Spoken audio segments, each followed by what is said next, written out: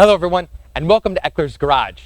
Today, we are excited to offer a brand new series, Ask a Tech, where we take one of our in-house technicians and we answer your questions to help get your car back on the road for that weekend car show or your daily driver. My name is Bruno, and today joining me is Brian, one of our in-house technicians. In fact, if you've ever ordered a part from us and had a question, chances are you may have actually talked to Brian on the phone. Brian, you've been with Eckler's 8 years, and you've been a tech for 5.5. Yes, sir. In that time, you've seen it all. Nothing surprises you. Yeah, well, I would say some things do surprise me, but the surprise element's coming down a little bit more and more as we go. But I can't say I don't learn something new every day or every week, and sometimes something just comes across the desk or over the phone, you're like, okay. Yeah, that's something new. Yeah. Oh, wow. Can't wait to dive into this one. Yeah. That or, oh no. Either or. But we'll always try to figure it out if we can. Oh, very good. So what we did is this is our first show, and we've taken the most popular questions from our website, and we're going to have Brian answer them to kind of help us get going. In the future shows, please, on the comments below, tell us what you're working on, any questions you might have, and we will theme our shows to help cater to you, to help get you back on the road.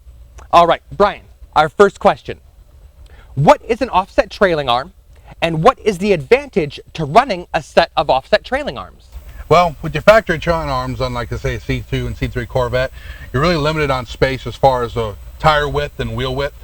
Guys, usually want to put a bigger tire for like a drag or a dragster kind of look, or like, just a hot rod style, putting a bigger tire. The problem is with the stock trailing arm, you don't have a lot of space. So basically an offset trailing arm like we have here, they take basically a stock trailing arm is pretty much straight across here.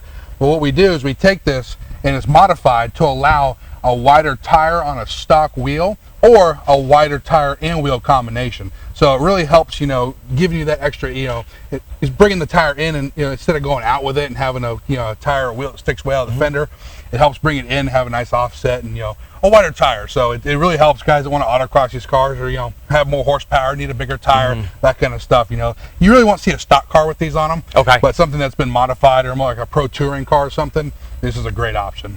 This is a stock trailing arm right here. As you can see, it's pretty straight and flat right here. This is where your wheel would be, your wheel and tire. As with the offset trailing arm, it moves this in, and we're going to show you exactly how it looks as it's on a chassis.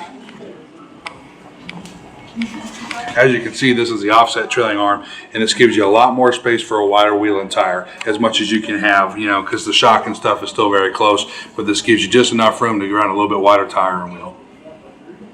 And Brian, I think with both of us having been on the phones, we realize that our customers now are autocrossing more and more. Absolutely. Becoming much more of a popular. A lot of car shows, and I have a couple of friends that do it, and it's affordable, it's fun, it's accessible. The daily, the normal guy can do it. Yeah. So.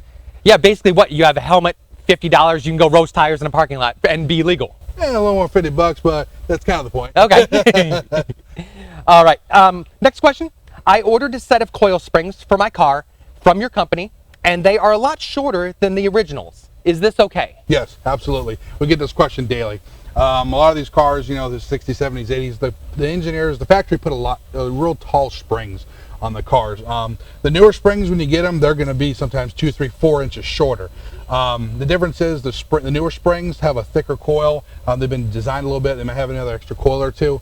The neat part about it is, though, is for installation, you don't have this huge spring you have to compress down. You have a shorter spring, so it's a lot easier most of the time for install. Okay. So, but when the car is all fully assembled, the car's set back down, the weight's on it, everything's been tightened up properly, due to shop manual specs and everything, the cars will always sit at factory height. Unless, of course, you got a wrong spring or ordered wrong, or there's something in an issue. But it's always okay, usually as far as pulling out an old spring versus a new, they're almost always going to be shorter. Okay. So with time, better technology, better manufacturing processes, better metallurgy, we're now able to have a stronger but shorter spring. Yes, yeah, and it saves. Compression rates are different and everything, yeah, Excellent. but it will still sit at the same height. Okay, so. Excellent. All right, what is the difference between a ram air and cowl induction hood, and how will each affect performance? Basically, a ram air hood takes air in from the front of the car. You'll see like on a WS6 Trans Am, they call them a ram air car or hood. It's got scoops that face forward, and the intake air is you're just driving. So, you know, when you're forward, it just ram it inside the hood. It goes usually into like a set of scoops to the hood and right into an air box, which then it can be forced into the engine, kind of almost like a forced induction. Okay. But, you know, it's just using natural, you know, energy as you're driving. Cowl hood, GM brought that out for like on the Chevelles. Under a full throttle situation, heavy acceleration, there's actually a door at the back of the hood and a raised portion in the center that opens up and it intakes fresh air, cooler air from the outside. There's also a pressure there from when driving naturally, kind of aerodynamics. It creates a, you know, air pressure there, and what it does is kind of forces air down into the engine compartment, down from the windshield into the engine compartment. So, you know, cooler air, you know, pushing some air into the air filter, you know, engine, always more horsepower, better, you know, performance. All right, excellent, excellent. Next question, for my daily driver, does it matter if I use polyurethane or rubber suspension bushings? It really depends on you. Okay. Poly is stiffer, a lot stiffer. Handling characteristics, the car will drive a lot stiffer, handle a lot better, take corners better. The problem with poly though is, again, any vibrations, noises, everything transmits to the suspension into the car. So the rubber bushings absorb it. It's a lot better ride. So if the car's a daily driver, you're really not caring about, you know, too much as far as performance, that kind of stuff, rubber's the way to go. If you got a car at your autocrossing, drag racing, just want to do fun things, you know, high speed things, yeah, it's an advantage. Rubber bushings, they never need to be greased. That's one positive thing. Poly, they need to be greased every 4 to 5 years. A negative usually about rubber bushings is they usually have to be pressed in and out because they have an outside metal sleeve. Poly does not. They can usually be just popped right in, a little bit of grease, go about your way. Here I have a couple different bushings. This is a polyurethane bushing and this is a rubber bushing.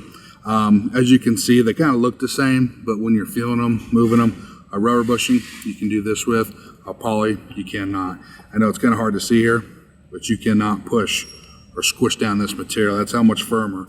That's why they transmit the vibrations and stuff they do, but then also are a better performance option because they do not give and things don't flex. So as you can kind of see, there's the differences. Another thing is poly should last the lifetime of a vehicle. If you get a good brand poly. Rubber bushings tend to fall apart and rot and dry, you know, wherever kind of elements and environment you drive in. That's what was going to be my follow-up. Would it matter if, I mean, we're in Florida, so we don't deal with the harsh cold, but if someone in a colder environment, would that matter on their choice? Yeah, I mean, again, you know, even being cold, as far as that goes, the rubber, they'll always be real stiff, but then as the car starts moving and doing its thing, you know, everything starts to loosen up. Poly, it's going to be even that, I mean, they're hard as is, so you know, that might even be a worst case scenario in cold weather. Obviously don't have much experience in that, being here in the, you know, the Sunshine State, but you know, it's definitely kind of, you know, it's up to you and what you do with your car. Okay. You know, weekend cruiser, and if you don't mind some noise and vibrations, poly's the way to go. But if you're driving it every day and want a nice quiet ride, rubber's probably the way to go. Excellent, excellent. And what type of brake rotor would be the best performance option? OEM, cross-drilled, slotted, or drilled and slotted? It's a never personal question. What do you do with your car? 96, 7, 8% of the cars on the road today don't need anything but regular, just plain Jane rotors. The slotted and the cross drill come into play when you're under high-speed braking, lots of heat, you know, constant braking. Slotted, what it does is as the rotor's turning, if you notice, usually they're slotted out like this. When the wheel is spinning and the rotor's spinning, it expels hot gases, dust, everything out, which helps the rotor keep cool. Drilled is also kind of in that that category. Some people debate drilled's not the way to go, especially, you know, it's a great for looks, but the problem with drilled is if you especially have a cheaper casting rotor and it's drilled, a lot of times they tend to crack. Okay. And that's not a good thing. Having them, you know, slotted and drilled, you know, you're still gonna get the same effects, the benefits as a slotted. As long as it's a good quality, it should be fine. Just be careful. You know, our drilled rotors, you know, are great.